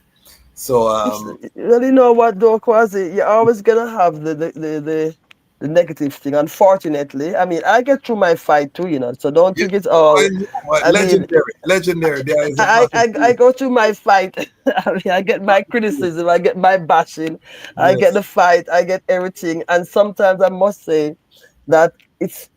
Sometimes when you think about it, it's like a voice saying, "But why are you doing this? You don't need to do this. You don't. You know what I'm saying?" And and then another voice said, come on, Masani, come on, you know, back with that, forget that, you know. And for every negative thing, you have two positive. You know what I'm saying? For every time you have somebody who come with a negative voice, you get a two positive. And that's what keep me going. Because what's about Masani? Oh, you can't, boy, you're strong, you know, you can't do it. I say, you know what, though? John, I can give you more than I can bear, you know what I'm saying? Because I firm believe in Jah. I firm believe, I think it's my faith, because I was called to the Rastafari faith from I was very young. My first encounter with Rastafari was when I was 12 years old in Jamaica. I left Jamaica when I was 16 years old. I came to Toronto in 72. You know what I'm saying? So I didn't just sight up Rastafari in Toronto. I remember at 12 years old, you know, living in Vineyard Town, I saw this elder Rastaman and, you know, walking with his two children. And just out of 12-year-old eyes, my admiration for how he was carrying his children. I said, boy, I wish that was my father. You know what I'm saying? So I'm saying to you that my love for Rastafari has been in me for a very long time as a youth. And then for me, you know, to be having children and having young people around me, I'm hoping that I could pass on that kind of love and knowledge and understanding of the Rastafari culture. But then you're right. They see it as a poverty movement. You know, they see it as someone. So that's what I'm saying, that if they see it as a poverty movement, we need to counteract that. We have to show some positive thing about it that can attract these young people. What I would like to see, because we have a youth group at Student M called Youth Talk. So every Sunday from 4 to 6, we have some young people just go on the radio and talk, right? So we're building a youth network amongst us. So we have, when I say youth, now we're talking from 18 to say 29, right? My daughter's 25, my son is 35. So these are young adults. So they also have their own network too. You know, I said, who managed the studio is a 25-year-old, which is my daughter. She's the one who managed the entire studio. She's 25-year-old, so she bringing all her young people. And I said, Mom, this is how these things are done. So I'm listening to her and say, how can we now do things maybe in a different way? Because again, we want to attract more young people. So we have a youth movement happening here. You know, of course, you know, the elders are still there, like myself, we're still there guiding them, but we have a nice youth movement happening. So that is a solution. So if I can say one last thing is, out of this 2-day conference is to have solutions that we can work with, recommendation that we can make sure it work. Because again, we have to plan for the next what? 50 years, 100 years. Give thanks, give thanks. So there you have it, family. Rastafari International Conference. The Lion Voice Network is an official sponsor. I will be there on the ground. We're bringing out the fancy camera. We're going to be filming different footage, getting interviews. We're going to capture the vibe. We won't be filming everything, but we're going to capture the vibe so we can produce a special episode um, and capture the essence of what took place. Sorry, over the 2 days of the conference. So stay tuned for that on the network. And we'll probably be doing our live from Canada next strong. Actually, we will be doing our live next strong from Canada. We're going to be featuring Rosween Rose. It's Pan African History Month. We're going to be talking about the link between W.E. Du Bois and His Majesty. The Brethren wrote some groundbreaking research. A lot of I didn't know to the extent that W.E. Du Bois was in contact with His Majesty, and the reverence that he held for His Majesty.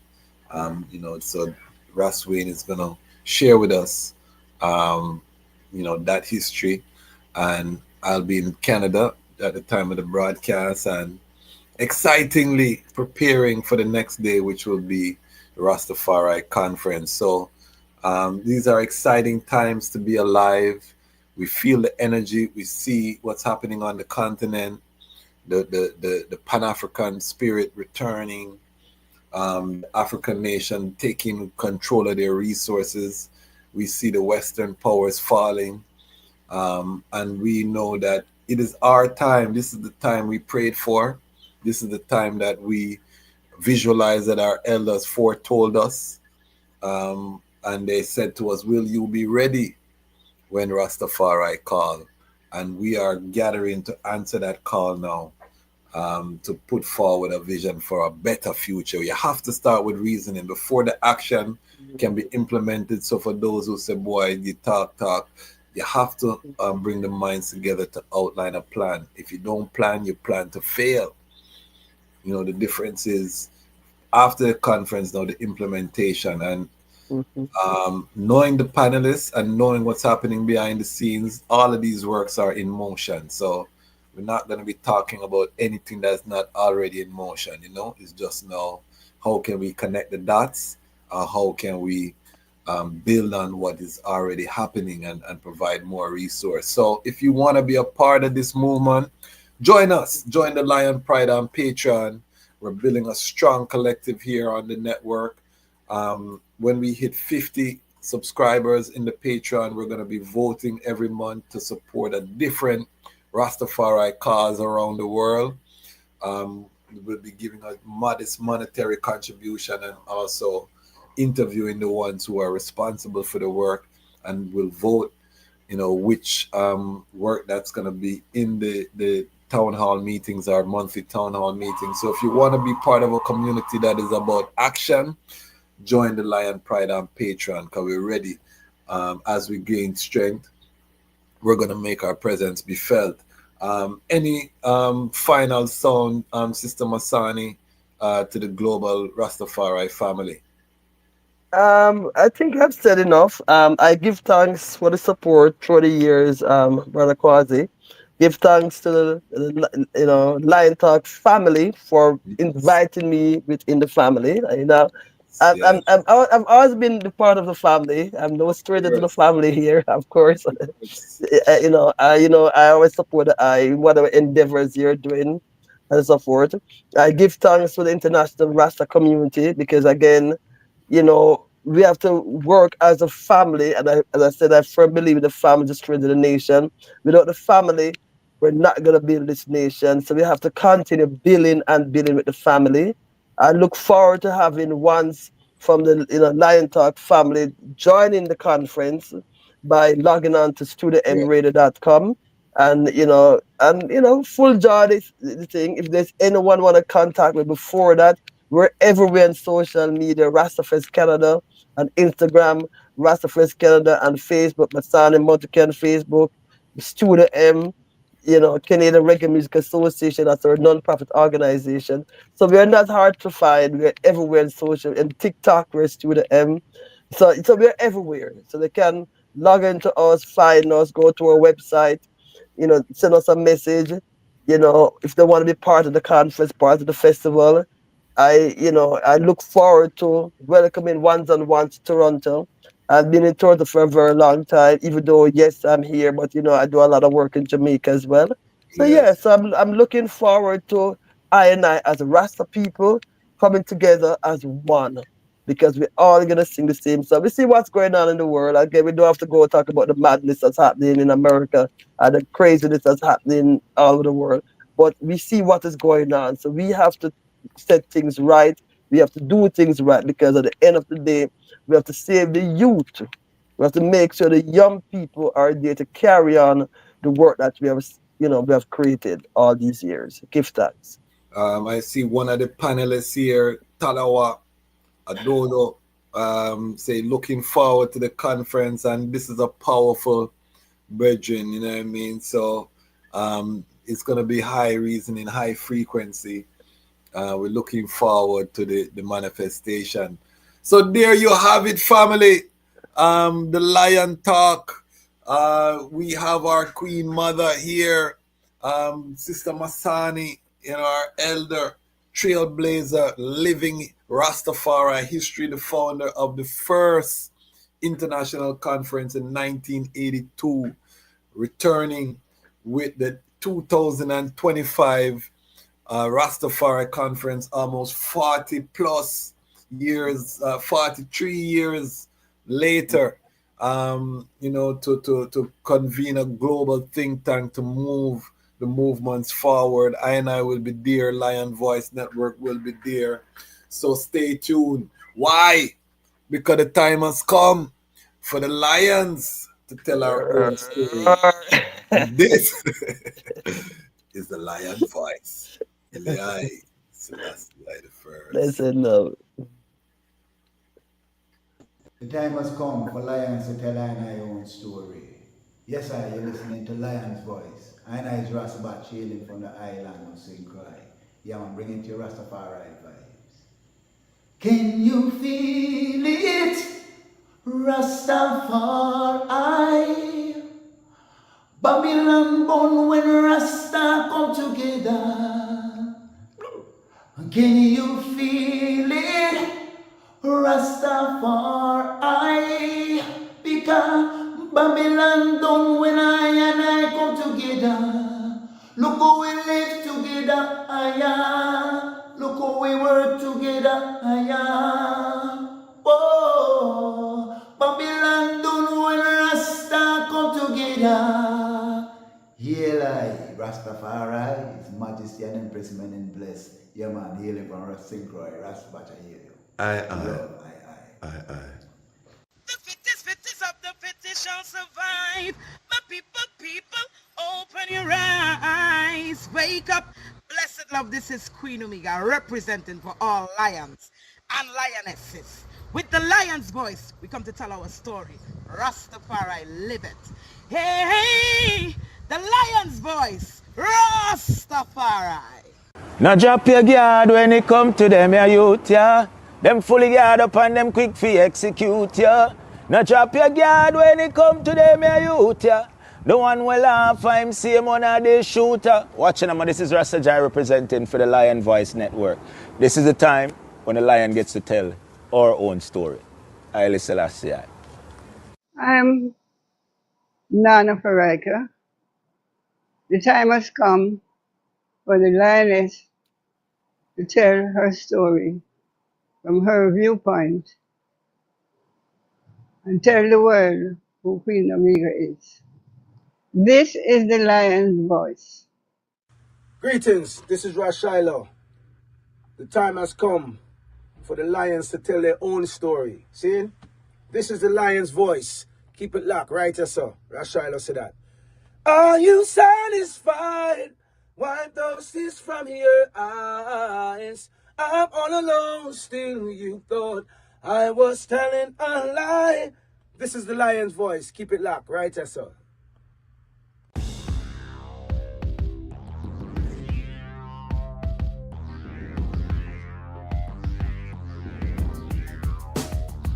Well, Lion Voice, tell them that's the people first choice. Lion Voice, make the lioness them feel nice. Lion Voice, With the lion cubs we sacrifice. Lion vice, got to show the people them the life. Lion vice.